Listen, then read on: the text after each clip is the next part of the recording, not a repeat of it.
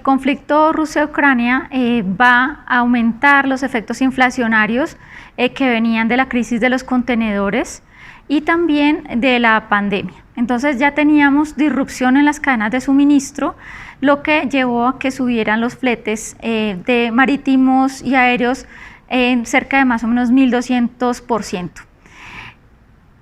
Actualmente ese efecto inflacionario causado por la logística aumenta por la disrupción de algunas cadenas de suministro. Es el caso, por ejemplo, de la producción de maíz y trigo, porque Ucrania y Bielorrusia producen cerca de la cuarta parte de la harina y la quinta parte del maíz de todo el planeta. Esto nos lleva a unos incrementos de la harina, por ejemplo, del 37%, del maíz del 20% a nivel mundial, y en la bolsa de futuros de Chicago, que es el precio de maíz que nos rige a los colombianos, ha subido 8.34% en esta sola semana de los ataques de Rusia. ¿Eso qué significa? Eso significa que en Colombia el pan ya era noticia antes, porque antes la unidad de pan es la unidad de medida de la inflación de la harina, y el pan que valía 100 pesos, la noticia hace 2 años era que iba a valer 200 y era una gran noticia. Hoy el pan empieza a valer 400 y se proyecta así durante el año. Para el gremio de panaderos va a ser pues un desastre, pero nosotros en términos de maíz, por ejemplo, que diríamos es su sustituto, también el precio del maíz ha aumentado y ya se siente en Colombia ese precio.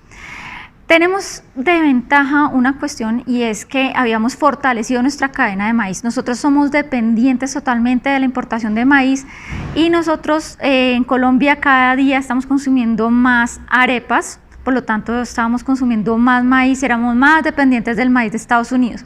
Hoy tenemos una cadena más fuerte que puede resistir de alguna manera la subida del precio del maíz.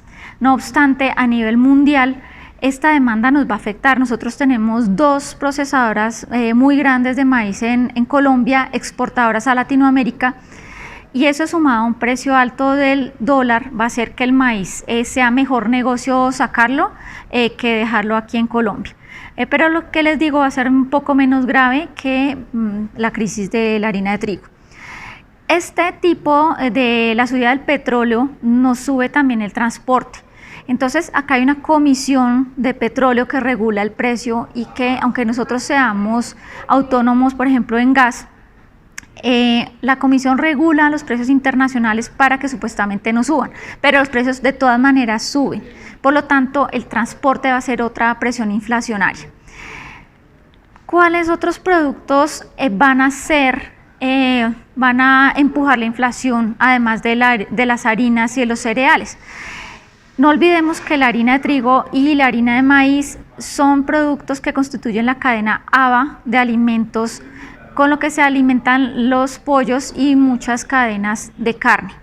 Por lo tanto, el pollo y la cadena avícola también sufre presión inflacionaria cuando tenemos la bolsa de Chicago, el maíz subiendo. Entonces vamos a sufrir bastante presión allí. También el maíz va a empujar otro tipo de productos que son derivados del maíz. En muchos el sirup de maíz es la materia prima para todos los procesados. Es el aglutinante, si nos comemos unos pancakes, ahí está, si nos comemos un helado, ahí está el sirope de maíz. Entonces vamos a tener en todos los procesados un alza. El tema de la gasolina también va a ser generalizado, entonces eso nos va a empujar todos los precios de transporte que ya venían peligrando. Entonces esos serían, digamos, los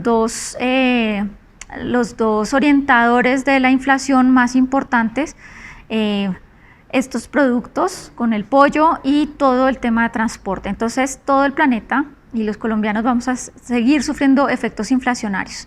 Nuestra inflación el año pasado cerró en 5.63 y este año, digamos, podrá estar presionada por esta crisis si se sigue prolongando.